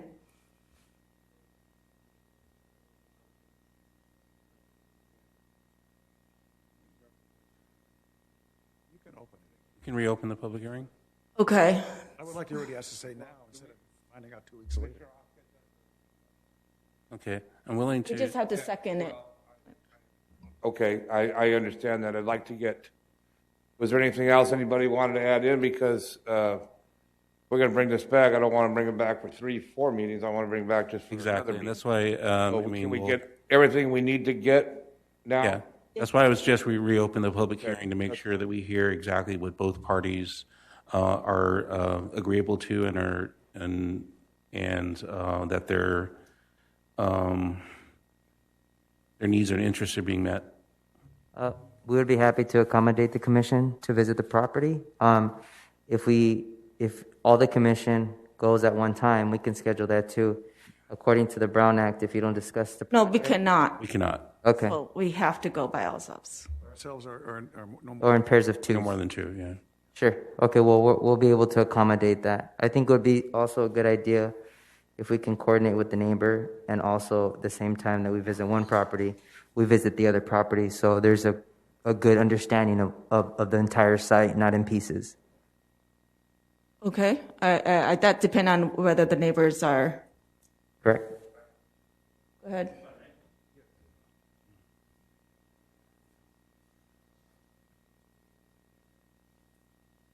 I don't want undue time spent on consideration of view obstruction. My primary concern here is the size of the structure in comparison to the neighboring homes. Zoning laws have a purpose. The purpose of a 4,000 square foot unit maximum is such that homes in the immediate area are going to be of a similar size and character. The size of this home is double what's already existing in the neighborhood. That is my primary concern. And in hearing the discussion tonight, I'm a bit concerned that undue time has been spent talking about the obstruction of view and not on the size of the structure compared to the others in the neighborhood. With respect to the view obstruction that we anticipate, if story poles were placed, I'm happy to take pictures from my picture windows in my home that would clearly show you what any site obstruction might be created. But I do wish that the commission would duly consider the size of the structure in comparison to the others in the neighborhood and the purpose of zoning requirements. Thank you. Thank you.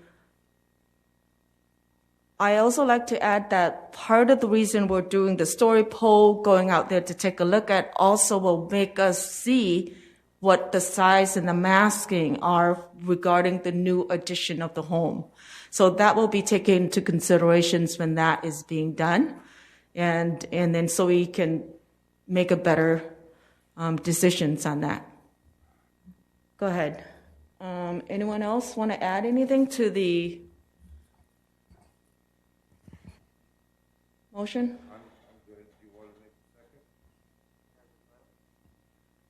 Actually, we closed it already, so. He actually can, I think.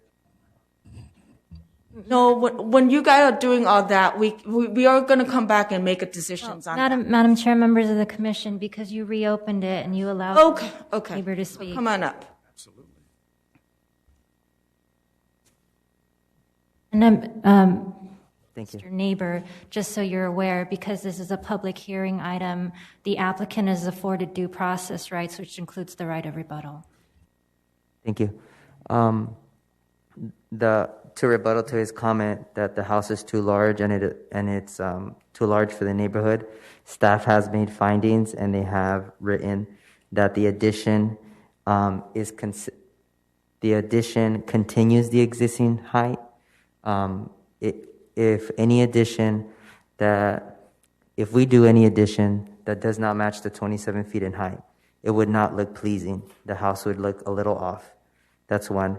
And the second rebuttal that I would like to make about the size of the house is that staff, because of the topography, because of the land, because of the area the addition is happening in, the structure as a whole is not a big structure. It does not look overarching. It doesn't look into anyone's rear yard. And it is not seen from the public right away. So the house is a little larger than the neighboring sites, but the addition is happening in one specific area that none of the neighbors can see the addition on. There's such a big grade change, and there's such a big grade change from the street. There's such a big grade change from adjacent property owners, and there's also a grade change in getting to the site, where this two-story structure, as big as the addition can be, it is tucked in within the inside of the property that the adjacent property owners are not able to see the addition. And when you go to the site, if you notice, a large portion of the house is tucked into the hill. If we can zoom in into the house, go a little down. This is if someone was to walk by, even with the addition, you would barely be able to see it in the corner because the primary 4,000 square foot of the house is tucked into that grade change from the neighbors to the house. It's tucked inside.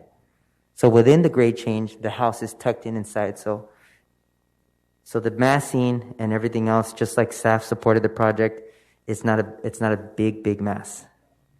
Well, I like to add that you were late. You missed some of the discussions that we had earlier. In one of the discussions that we were talking about, that I understand the mass, it is double the size of the surrounding area. We cannot, at least at this moment in time, we're not ready to make decisions based on the mass size. And there are quite a few criteria that you are asking us to approve. Correct. One of the criteria was if you had more than 3,990 square foot, it's a conditions to ask for a conditional use permit. The other one was a 2-story. So you hit both, and then you hit a third one, which is requiring us to increase the limit in the height of what our maximum height is for West Covina, which is, I believe it's 25 feet. So you're asking for these 3 criteria, and we as a whole, as a commissioner, do need to make decisions not just only on the view, the height. We also need to see if the mask and everything fit into the neighborhood as well. So I just you had missed that portion. I believe you came in a little bit later. So I just want I was here in the back listening. Oh, okay, then you heard that. So Yes, those are the 3 things things that we do need to take into considerations. And I am so glad that you are willing to work with us to give us the story poll so that we can see the mass. Well, basically how big it is from the street, from the neighbors, from everywhere that we can see, and thank you for allowing us to visit your job site. Sure. Thank you very much. Thank you. Go ahead. Would staff like to address, I'd like to hear from staff on some of the issues that the chair has brought up. I mean, is this project, is it just a matter of discretion of the commission, or is there something that this project is not in compliance with? A conditional use permit application is a discretionary application, so it's up to the Planning Commission on whether or not the Planning Commission would be able to make the findings listed as required for the conditional use permit in the municipal code. As the slight modification application is also a discretionary application. Typically, slight modification applications are staff level review. However, since this project requires a conditional use permit, it's all the applications, whether or not staff level or Planning Commission level, it's all bundled up together to provide more efficiency in processing the application. And that is the same with the subcommittee design review. Thank you, Joanne. So we have a motion. Do we have a second? Or do we have all the criteria from Greg earlier?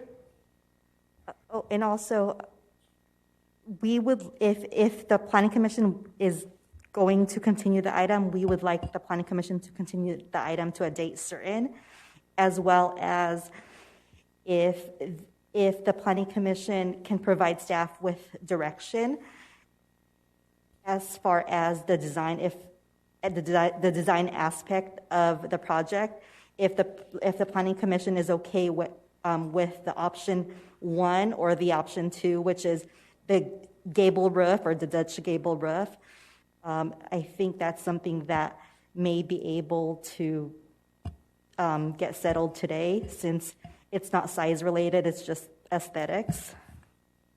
Well, Joanne, the part of the reasons why Commissioner Hook is requesting for a story pole so that we can see the massness of the building as well. So I like to see if we continue this and make decisions based on that. But also at the same time, the builders here is willing to give us a visual so that we can go and take a look at it, and also put the story pole for us to go there and take a look at it as well. So prior to making any decisions, we like to go to the job site and see what are their conditions, and then make a decisions after when we meet up. However, the roof design is different. It's slightly different from option 1 and option 2. And when the story pulls, that's just a roof for the second story. Yes. So you're assuming that we're approving all the project and just changing the roof line, which is the 2-foot difference. I understand. However, the story pole design, it would be different, a little bit different based on whether or not it's going to be a Dutch gable or a gable roof, because the story pole shows the there's going to be. We can see the 2 feet difference. It doesn't matter which one that they pick. I believe we can see the 2 feet difference.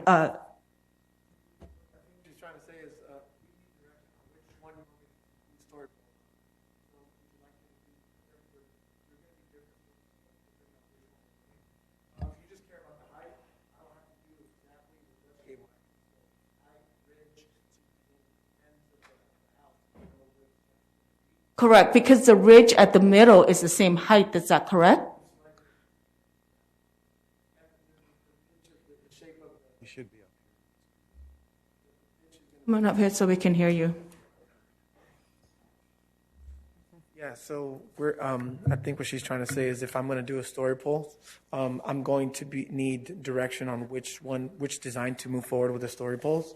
But to your point, if we're disregarding the exact the exact roof pitch and the exact roof shape, I can just move forward with 27-foot height and then the ends of the house, and disregard, because there's different levels of story poles. Sometimes there's story poles where you need to know exactly every single thing that's within the exterior of the structure. But if I'm just going to go with ridge, points on the ends, and just so you know the mass of the structure, then I think we can bypass that. And, Okay, that's what we needed to see. yeah, but we just needed clarity on that because I don't want to go up with story poles and then make it an issue where I didn't do exactly what's on the design based off the gable or the Dutch gable. Gotcha. But at the pitch at the end, toward the middle of it, it's still the same pitch, whether it's the first one or the second one. Yes. So okay. So just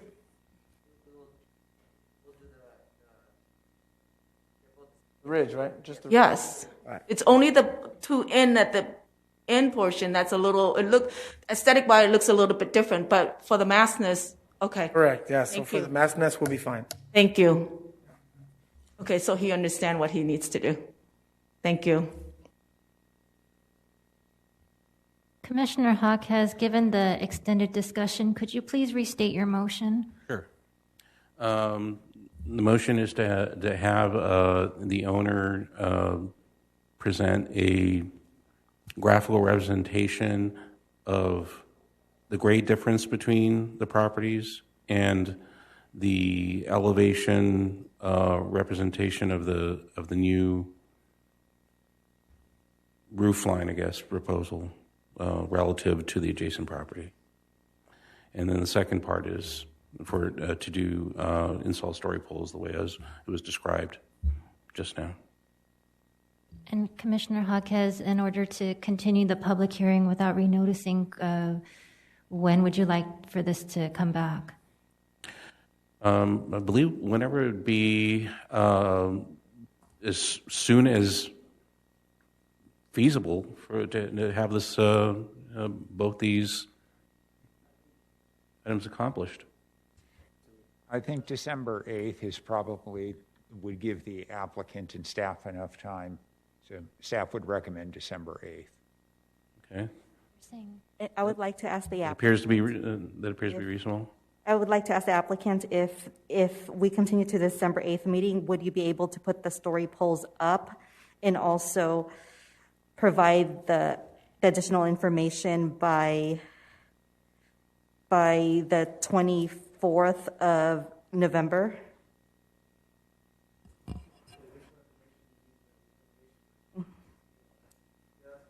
Okay.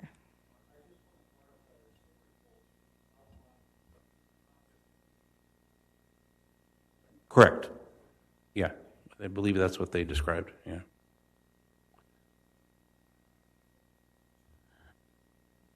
Anything else that we need to add? No, I just want to make one comment. You know, as I've offered that motion, I just do want to say that I hear the neighbors' concern about the massness and size of the project. I just want to reiterate that on this commission in over recent times that we've looked at similar issues with CUPs that have been brought before the commission where the proposals have been significantly larger than the 25% threshold. I personally have been fairly consistently opposed to developments that outsize in the size of the lots that they're working on. It's been a trend that I've been seeing happen that I think we have because this is discretionary. We have that discretion to address that trend, and I'm generally not favorable towards that. But we will see. The whole commission will see what this looks like when we have this next set of information brought forward to us.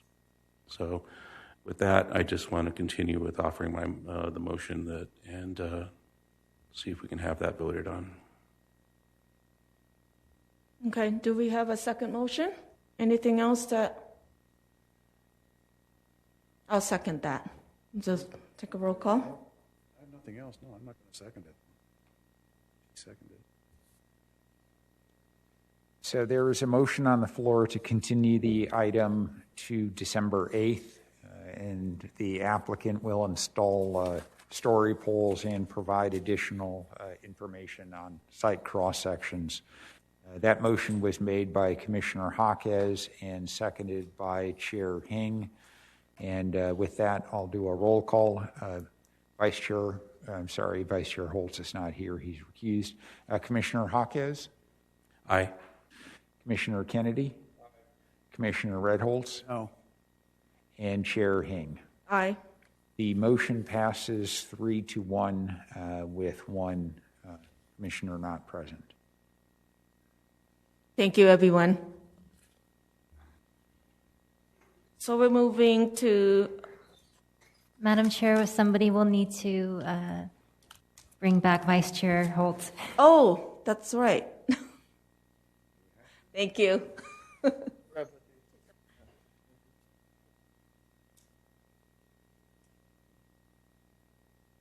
We waited a little bit until...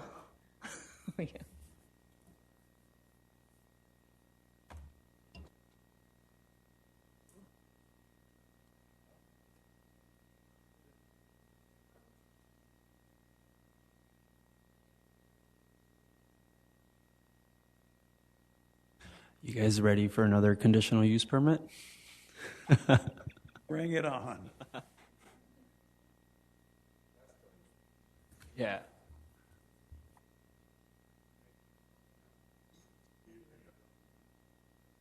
Oh, right. George, you still there? Where is... Oh, okay, here we go. Ask to unmute or just make host? No. George, if you can hear me, can you unmute? Yes, can you hear me? Hi, George. All right, we're going to get started soon, okay? Just hang tight.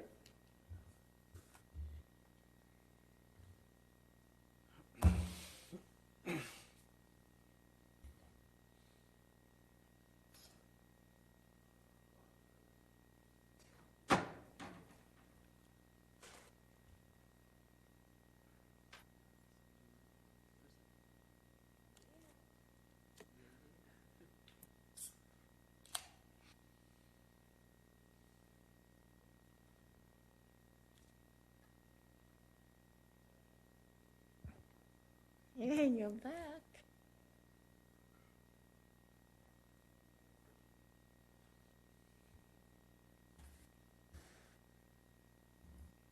Okay, so we're going to have item number 4, which is conditional use permit number 20-10. And the applicant is requesting a conditional use permit for a large home to construct a 196 square foot first floor addition to the existing 2-story single family residence. The house with the proposed addition would be 5,067 square feet, which exceeds the 3,999 square foot maximum unit size by 1,068 square foot. And who will be presenting this item this evening? Hello, me again. Thank you, Vinay. All right, so good evening, and tonight I will be presenting a second conditional use permit of the night, and that's case number 20-10. Let's get started. Okay, so behind me you see an aerial map. The subject site is surrounded by single-family residential to just about northeast, west, and south. The applicant is requesting to construct 196 square foot first floor addition to the existing 2-story single-family residence. I do want to point out that the existing residence is 4,871 square feet, and the residence with the proposed addition would be 5,067 square feet. The addition includes really an extension to the family room, kitchen, and breakfast area. And you can see that that addition is shaded in black, and it's towards the rear of the house, meets setbacks, height requirements. In fact, Again, I want to reiterate that this is a addition to the first floor, and the house is already an existing two-story, so shouldn't include any view obstructions to any neighbors. Now, going through floor plan really quick. In red there is just it's just the second floor. It's kind of like a patio, so that there's really nothing there. It's just the columns. In the green there's the existing kitchen, dining room area, and living room area. In gray there is the existing 3-car garage. In purple there we have a bedroom as well as a bathroom. In yellow, a dining room. Again, in green, it's part of the existing first floor family room. And then this is the breakfast area in green that is existing. Now the next 3 pop-ups in blue would be the additions. So we do have the extension of the kitchen there. And then that is the breakfast area. Lastly, that is an extension to the family room. And here is a close-up, as you can see, the extension of the kitchen, breakfast area, and family room. And that is, again, the 196 square foot addition. And for reference, here's the second floor. You have a couple of bedrooms and just a common living area. Now, this is the front elevation, just for reference, because there will be no alterations to the front of the house, no additions whatsoever. Side elevation, the west elevation on the left, you can see that's where the addition to the home would take place. East elevation to the right. And then here is the rear elevation, and that's where you see the additions to the homes. Now, the median size of the surveyed homes is 4,799 square feet. The survey homes range from 2,670 square feet to 6,670 square feet, while the lot sizes range from 14,847 square feet to 22,583 square feet. The proposed house with the additions would only be 529 feet larger than the average sized home in the surveyed neighborhood. And again, I want to reiterate that there are homes that are 6,670 square feet, while the proposed home tonight would only be just slightly over 5,000 square feet. That being said, planning staff recommends that the Planning Commission adopt resolution approving conditional use permit number 20-10, and the homeowners are present here tonight, and the architect is available through the Zoom meeting, I believe, if you guys have any questions for them. Thank you.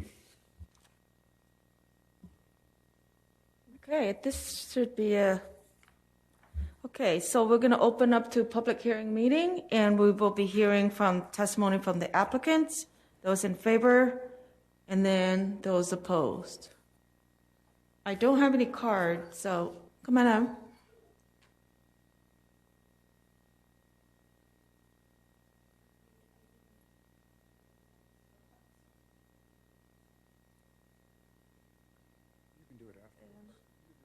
Okay, all right. The purpose of the addition is that the kitchen compared to the size of the house is really small and very tight. So that's why we wanted to increase it 6 feet to the outside, to the backyard. But increasing this will affect the symmetry of the house. So we had to go out with the family room and the breakfast area too. So that's the main reason. The kitchen is really, really small compared to the size of the house. And regarding the size of our neighbor on the left is 6,500 square feet, and on the right is about 5,700 square feet. So still we are smaller than our two neighbors. Thank you.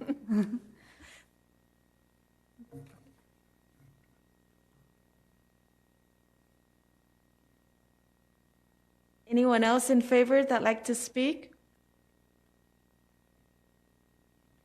If not, then I'm going to ask anyone who opposed would like to speak. Is anyone at all in the room?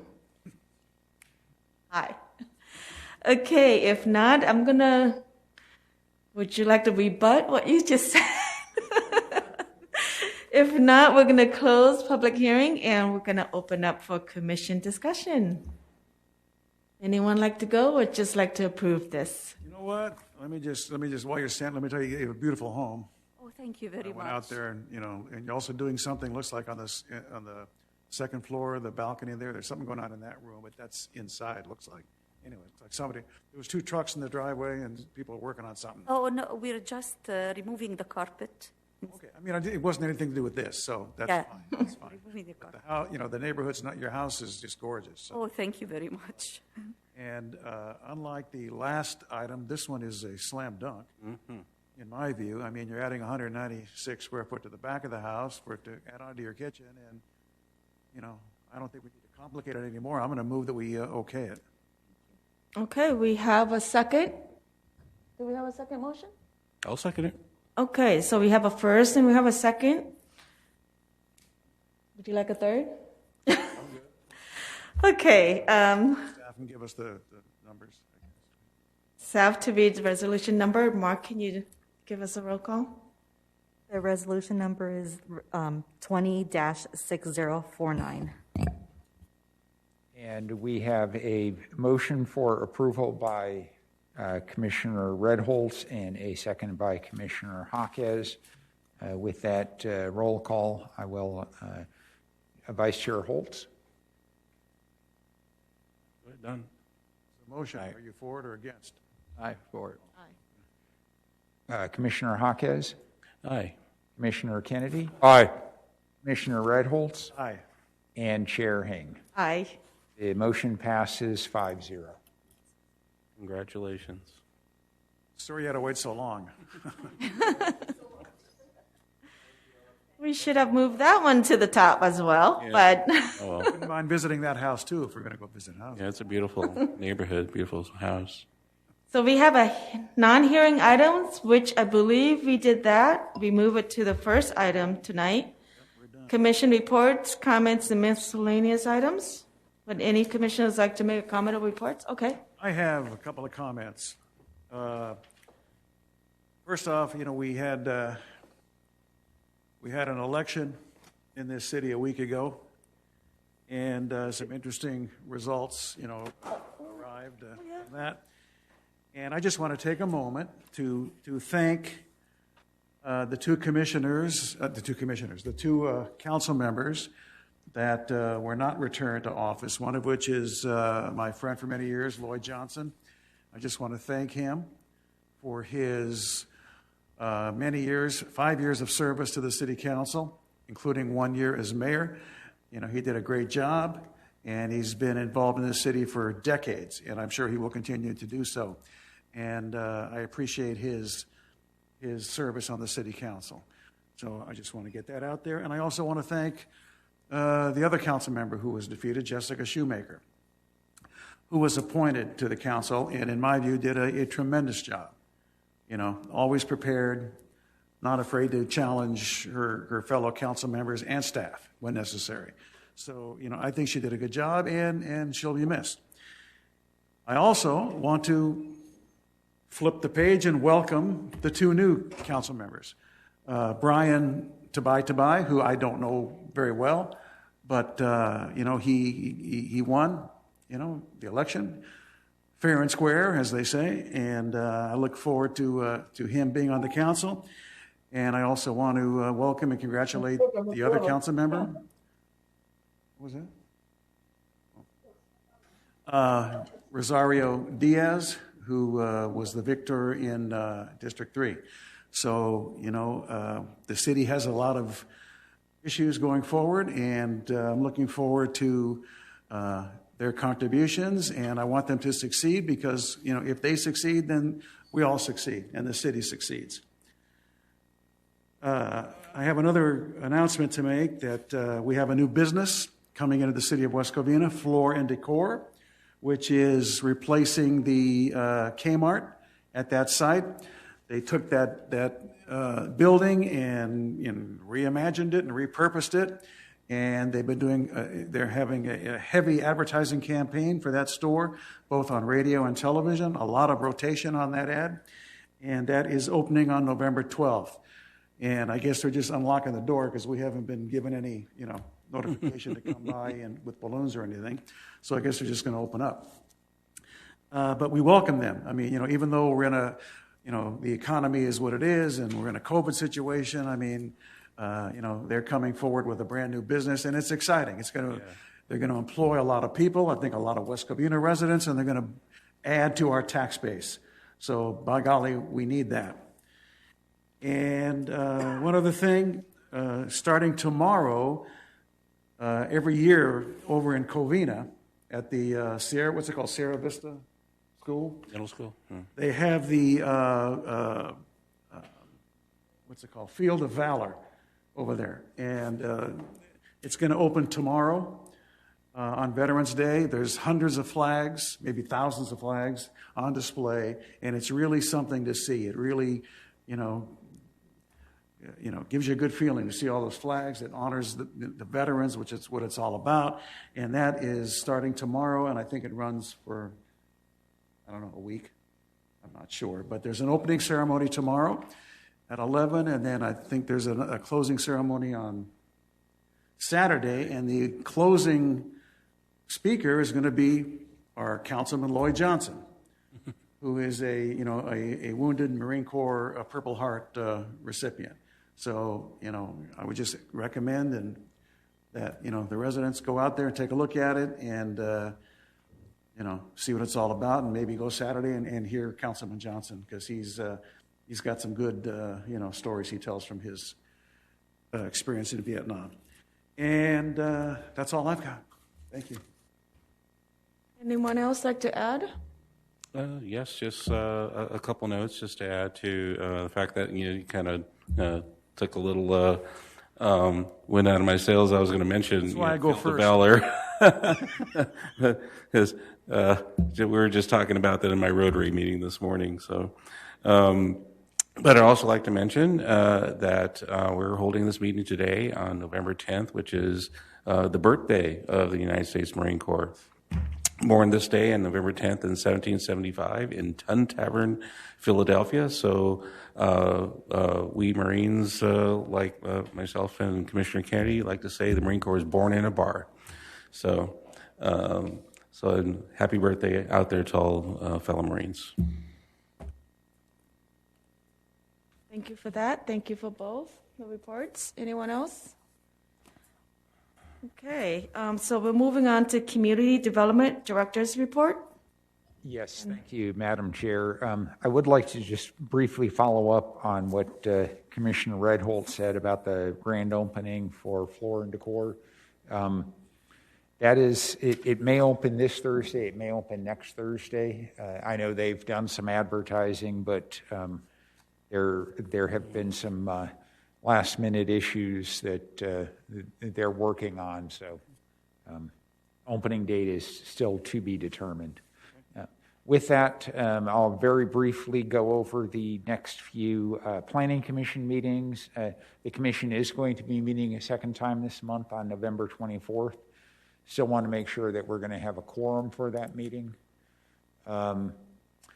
And we have two items that are noticed. One is a new retail shopping center with a grocery anchor on Garvey Avenue, and then a new electronic reader board sign on Garvey Avenue as well.